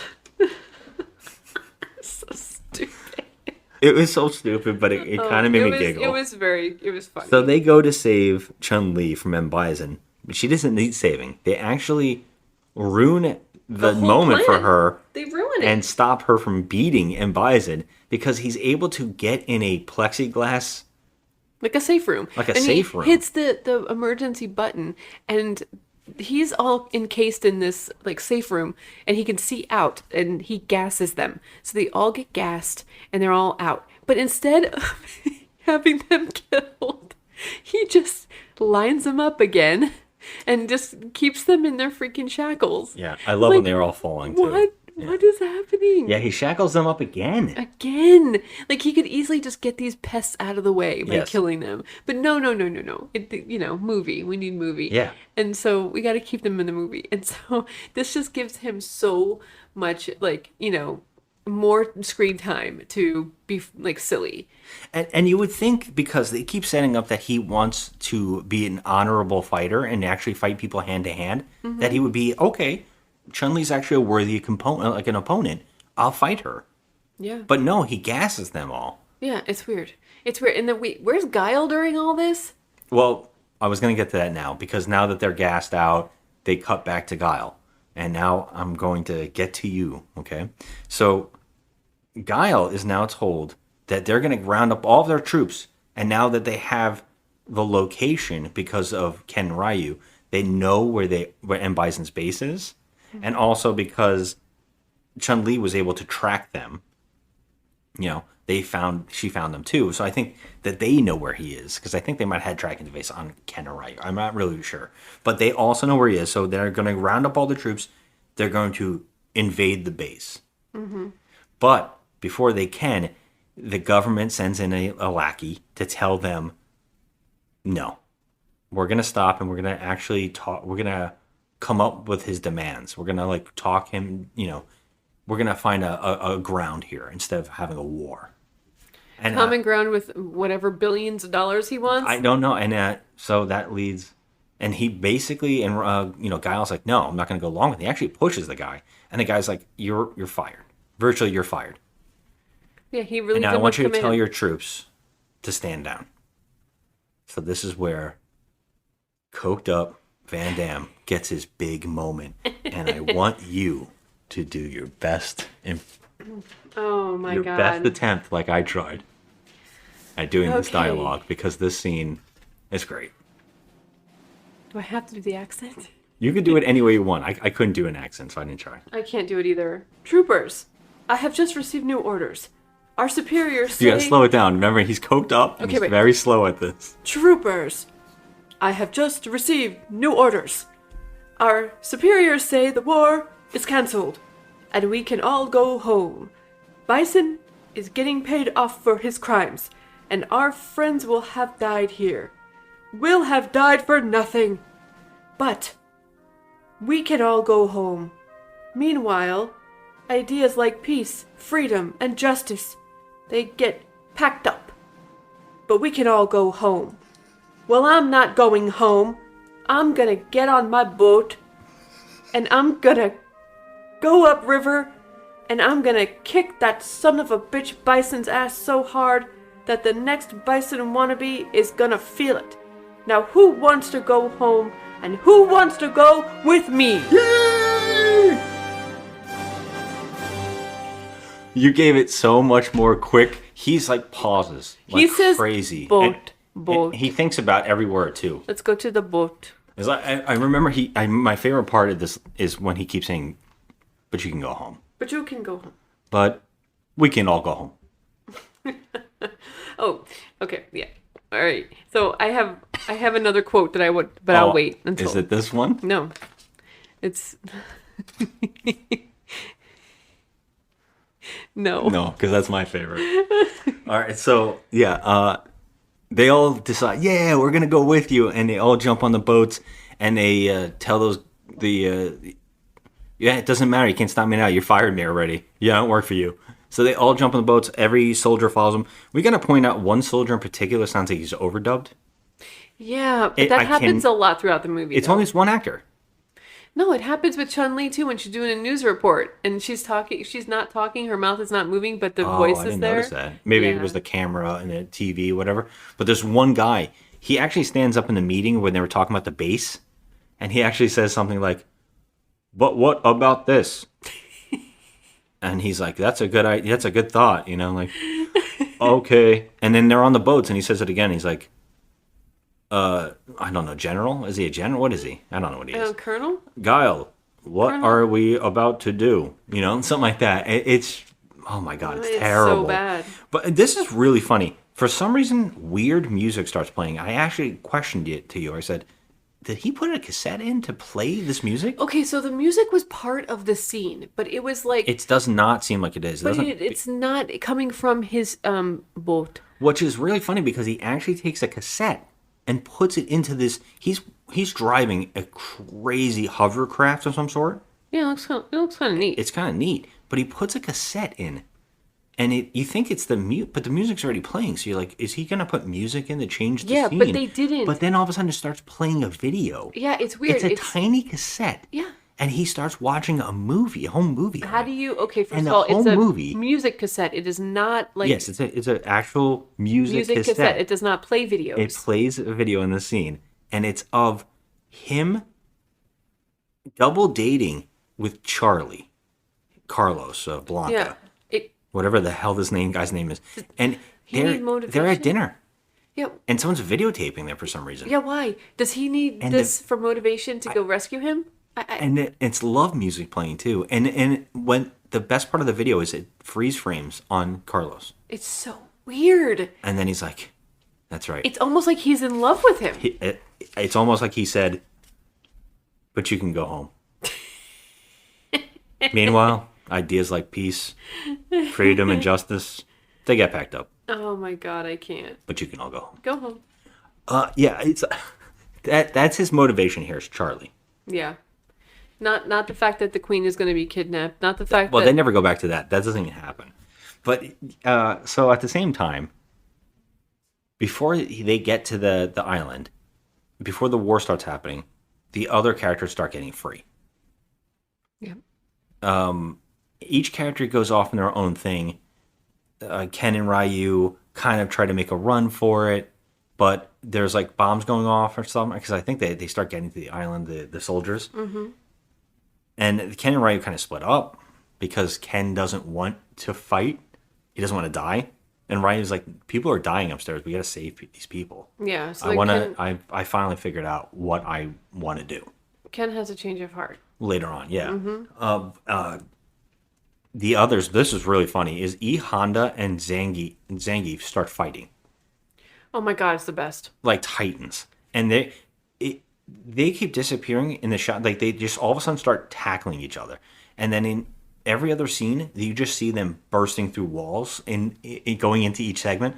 But the best part is at one point earlier in the movie, there was like a small model that Bison has his future of what he wants Shadaloo to look like. Yep. And it's a completely small model that Derek Zoolander would have flipped on the ground and said, "How you can't even fit through the building?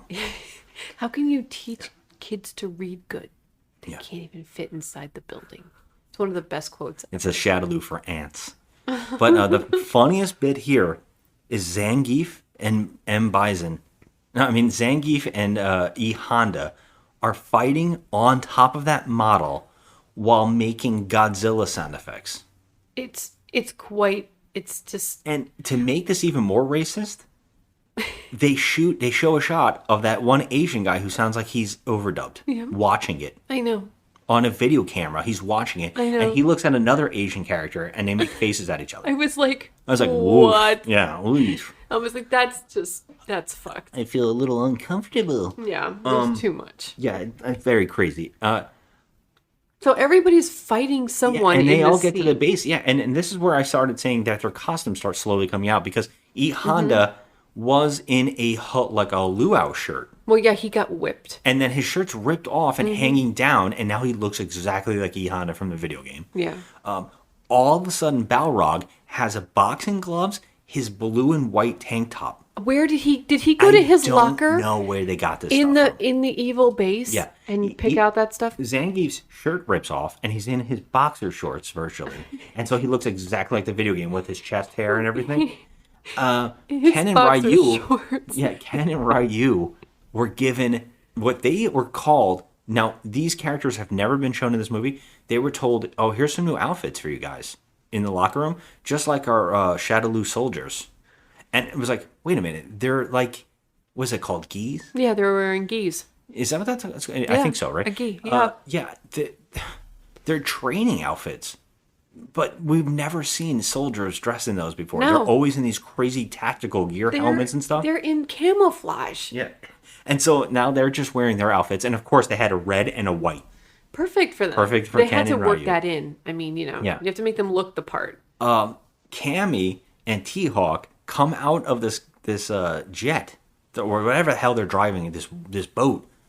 And now, like we were talking about earlier in the movie, T-Hawk now has a vest, like a black vest that's open. It has his nose, they're sleeveless, and then he has a headband, like a Native American headband. Yes, that he wears to keep him safe. That he always puts it on to keep him safe. Did he say himself safe? Yeah, he said it. Oh my god!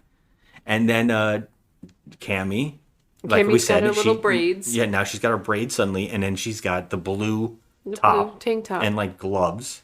Yep. So everyone's looking like their character at this point in the movie. And they're infiltrating like the beach where Guile already went in to go try to save Charlie. Yep.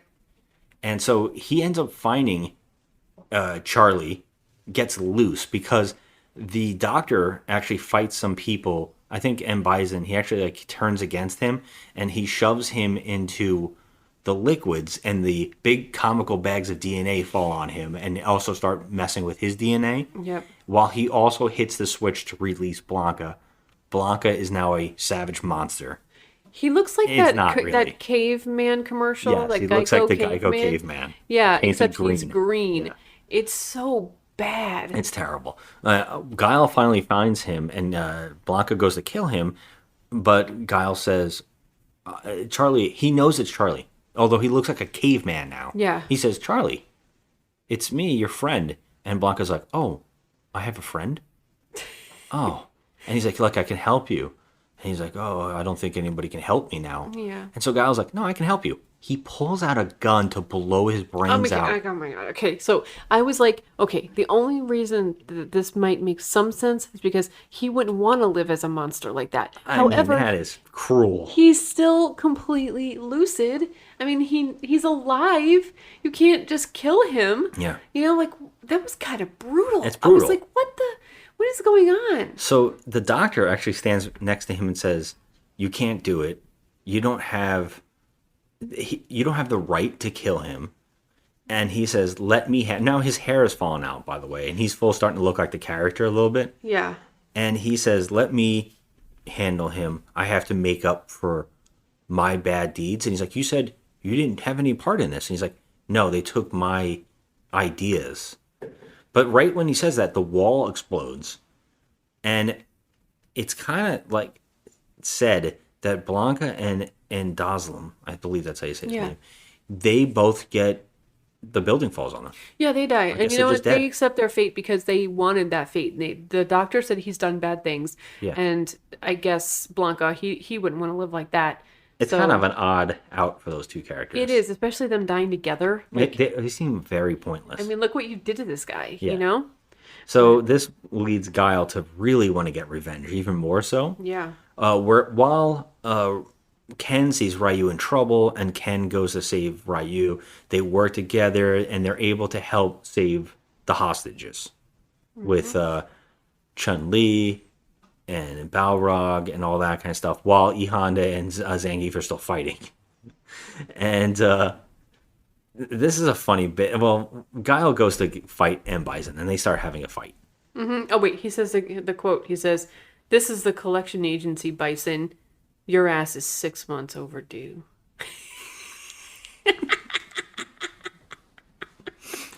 Oh my god, it's incredible. Oh my god, I love that quote. Yeah. What's really funny is E Honda and Zangief, they don't win the fight. They just get separated, and Zangief ends up finding DJ, who's escaping with boxes of the money. Mm-hmm. And Zangief's like, "Where are you going, DJ? Everybody needs Bison needs your help." And he goes, "Dude, Bison's a bad guy." And he goes, "Wait a minute." Zangief goes, "Wait a minute. He's a bad guy?" And he goes, "Yeah, you idiot." And he's like, "Well, why did you help him?" And he goes, "Because he was paying me boatloads of money." And then Zangief goes, "He was paying you?" It's actually great. Like, everything that has to do with Zangief and Bison makes me laugh. This leads Zangief now to become a hero and help the good guys get away. Mm-hmm. While Guile is fighting M. Bison. Now, this fight is hilarious. It is. M. Bison and Guile go at it. They have a good fight. Guile is able to kick M. Bison into a computer grid that electrocutes him to death. Mm-hmm. But the computer says, "Oh, M. Bison's heart rate has dropped," giving CPR, which his outfit gives him CPR, and then injects his heart with whatever the hell the drug is that you give somebody. Yeah, it's like adrenaline. Adrenaline. And he wakes back up. But what's even better is he has superpowers now. Oh my god. He says that his outfit is able to give him powers. Oh my. And I can't. We get my next favorite quote. Guile's like, "Wait a minute. What's going on?" He's like, "My suit can levitate things. It can levitate me."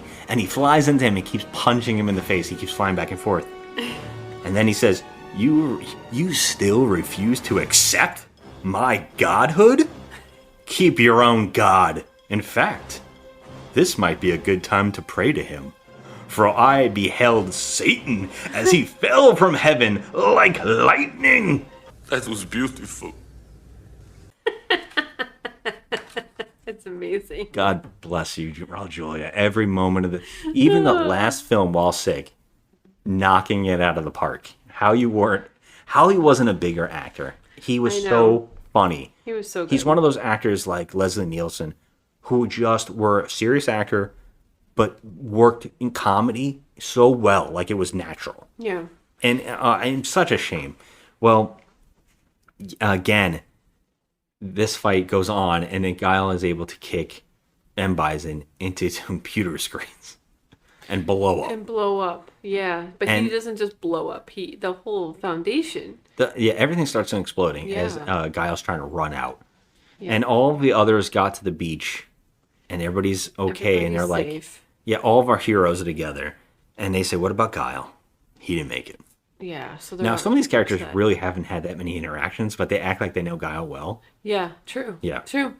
But then he comes running out. He just stumbles out of the cloud. He stumbles out of the big rubble cloud. Yeah. And he's like, "I'm okay."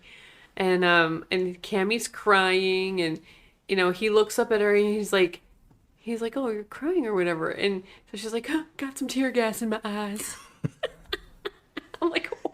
I didn't even understand that line. I was like, what did you say? Yeah, it was so silly. But then, like, at the end, okay, we have to end this movie with something. Well, Guile, he grabs Zangief's sideways thumb up and turns it right side up. And shows and him Zangief's like, how, oh, I'm happy now. yes, I know how to do a thumbs up properly, not the sideways like I have been doing.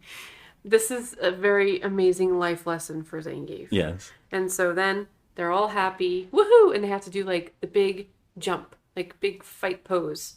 Well, everybody actually does their winning pose from the video game. Yeah.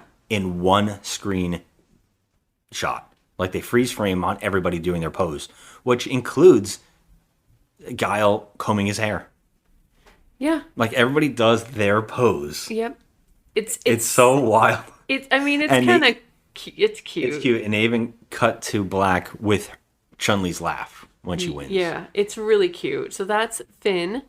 And then, at the end of the credits, we have a system rebooting thing, and then System Online, and M. Bison's hand comes out of the rubble with a controller in it, and he selects. They're like, "What would you like to play today, Bison?"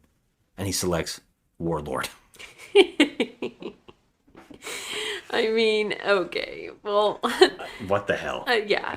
And by the way, they deleted that end credit scene from the theater release because they thought, well, that's messed up because Raul Julia passed away before this movie was released, so they removed it. And then home video and television were like, screw them. Stuck it back on. It was really not needed anyway because they never made a sequel to the balls. this. And Mortal Kombat did this too. It's like the balls to think you're going to get another one. I know. Your movie was... And Mario Brothers, and which Mario we also Brothers, done on the show. Yeah.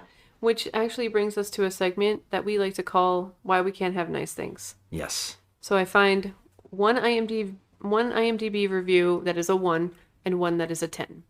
And I find these two pretty good. So I'm going to read the 1. This is a 1 out of 10 review. And the heading is a prime example of why Jean-Claude Van Damme deserves retirement.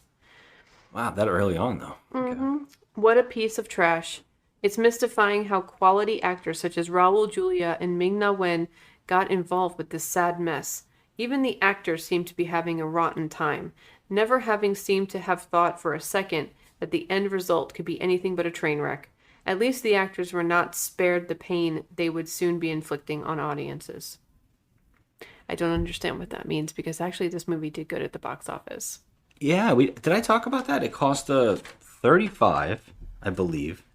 35 and it made 99.4. Yeah. That's not bad. That's tripling it. Not I mean, bad. usually that's the kind of thing that's successful, but of course if it made more, it would be even better. But yeah, and by those standards back then, that's not bad. Yeah. So now this is the 10 out of 10 with the headliner. I mean, this is insane. This is 10. This better be a joke. Go ahead. I don't know if it is. The headliner is, this movie is okay. Well, already, fuck you. 10 is not okay. It's perfect. Yeah, so that's my point why we can't have nice things. This reviewer says, I've seen Street Fighter around about 8 times, and I don't see what's so crap about it. The only thing that I thought was crap was the last fight scene between Guile and Bison. It should have had more action and should have went longer. The cast was well chosen and the actors played their parts perfectly. I really don't see what's so crap about it. If any of you think this is crap, go F yourself. Oh. Okay? Because this movie's good, and I suggest you go and watch it. I'd give it a 6.5 out of 10. So why did you give it a 10? The 2003. 2003. This was a 2003. I've heard. This I is a hope this 2003. person's seen better movies. Now I know this is a real human because the grammar is terrible, but I'm trying to read it so that you can, understand. Gotcha. But this you're being generous. I am being generous. I'm trying to help this dude out. But yeah, 10 out of 10. But then at the end of this, he says, I'd give it a 6.5 out of 10. You don't know how to write a review and should stay off IMDb. That's it. Okay. That's stupid. You make no sense. Now, he doesn't understand why this movie is so crap, as he puts it, but then, I don't know. I mean, he thought the last fight scene was crap. I thought it was one of the better, stronger parts of the movie. But that's just me. But anyway, that's why we can't have nice things, because people go on IMDb and it's either one extreme or the other. Yes. There's nothing in between with a lot of these reviewers. Especially somebody who says right off the bat, you know what, this is okay. Which automatically shuts down your entire review of 10. It does. So they don't know how to review anything, and they shouldn't go on there and It's review okay anything. to say a 6 if you think it's okay. Right. You know, why can't you say 6? Why can't you? And the same thing with the 1. There was nothing you liked, not a single thing. It's, come on, you do. There's something in here you liked. You giggled at least twice. And this review for the 1 was written in 1999. So okay, yeah, it was a bit ago. But well, that leads into our next segment, right? Is this a bad movie? Okay, I personally think that this is a so bad it's good movie. That I could agree with. That I think I can get on board with. I was entertained throughout this movie. I don't think it was poorly directed. There were some... I mean, I'm not going to lie to you. Raul Julia's lines were just dreadful. I mean, just terrible, the lines. And the way that he read the lines, he was obviously advised to do that by the director. So it's not on him. Yeah. But it turned into, a goofy show. I don't have any problems with the casting here. I think the casting was fine, except for JCVD. I think that was just a mistake. He didn't even give any crazy martial arts. And he did a couple of kicks. There's a couple spins. A couple of spins, but it wasn't anything that I could see why they had to have him. Yeah, and $8 million worth. It's insane. Right. I don't see that. So what do you think? I agree with you. I think you're dead on with that review. And you made me realize I might be saying Raul Julia instead of Raul. Raul. I think I've been saying Raul. Well, I didn't hear it, and it's usually my job to correct these things. So you're okay. You're Raul okay. Julia? But Raul.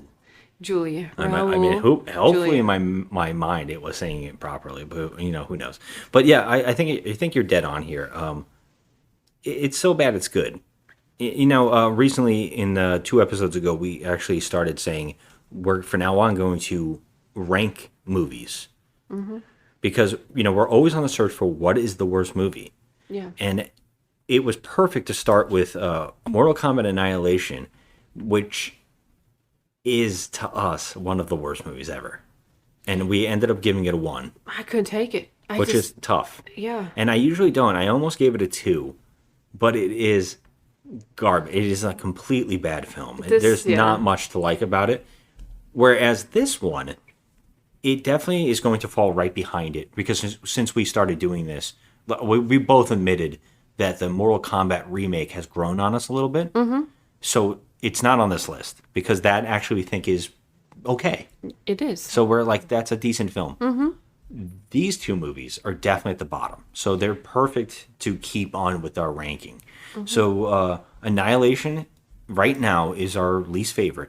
And this movie shows you how a bad movie can be fun and elevate itself. So it's perfect for me to give a 4. Yes, I'm giving it a 4 as well. And I also, I feel happy doing this movie and putting it in line with the Mortal Kombat movies because JCVD was supposed to be Johnny Cage. Yeah. I'm so happy that he wasn't. Yes. This movie proves that wouldn't, and his ego would have taken over. Yes. And hurt the rest of the movie. He would have hurt the movie. I mean, Johnny Cage does have an ego, but he's very lovable with his, his charisma and his personality. But this, I would never have seen JCVD as Johnny Cage. I just wouldn't do it. And so I'm giving this a 4 because I think it's so bad it's good. It's entertaining. Definitely put on the list of so bad it's good. This is a perfect example of hanging out with friends, laughing about a movie while having some drinks. Oh, yeah. There's so much goofiness. I mean, down to the drawn-on tattoos on some of the characters. Oh, we didn't even talk about the marker tattoos. Yeah, the marker tattoos. I mean, just the line delivery. So bad. There's a lot of things, and and I'm going to say that I think that Ming-Na Wen. I think she's adorable, and I think her being in this movie actually added so much charm to it because I think she was cute as Chun-Li, and she actually did some ass kicking, and she was just. She brought something to the movie. Yeah, it's like you know this is a bad movie. We saw like screw ups on the directing. We can see screw ups on with the cast. We can see a lot of line deliveries that are like very robotic and very stale. The dialogue, you can tell this is a guy who wrote Arnold Schwarzenegger movies because Van Damme is given terrible one-liners throughout this entire film. There's so many we didn't even mention here, and the whole movie's like that. Wait, can I do one from Arnold? Hey, Sully, remember when I promised to kill you last? I lied. And he drops him. He drops him off the cliff.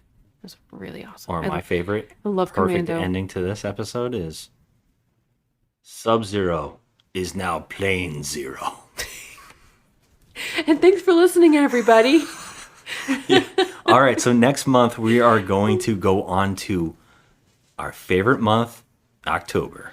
My favorite month ever. I feel like I celebrate October every day. Yes, of my life. we want to do horror movies all the time on the show, but we're trying to change it up. We don't want this just to be horror movies because we're always looking for bad movies.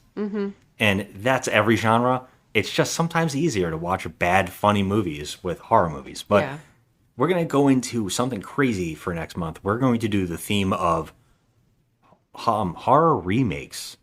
Yes. So we're diving deep to see horror remakes we have never watched. And we found a bunch. Yeah, we found a bunch. We're trying to narrow it down, but I think we got it narrowed. I think we have our 5. Yeah. Because there's 5 Tuesdays, so we're going to try to do 5 episodes in the honor of Halloween. I'm stoked. So yeah, I mean, again, always, hit us up on Instagram at Just Another Movie Night and Joe at Crafty Misfit. And we always want to hear anything. If you want to hit us up and tell us themes or movies or disagreements or anything, I'd love to hear it. And as always, thanks for listening. Have a good one. Our boss is the enemy of freedom and peace. These people have come from all over the world to stop him. If you're smart, you'll save your own ass. General Bison, he's a bad guy. If you know this, then why do you serve him? Because he paid me a freaking fortune, you moron. You got paid?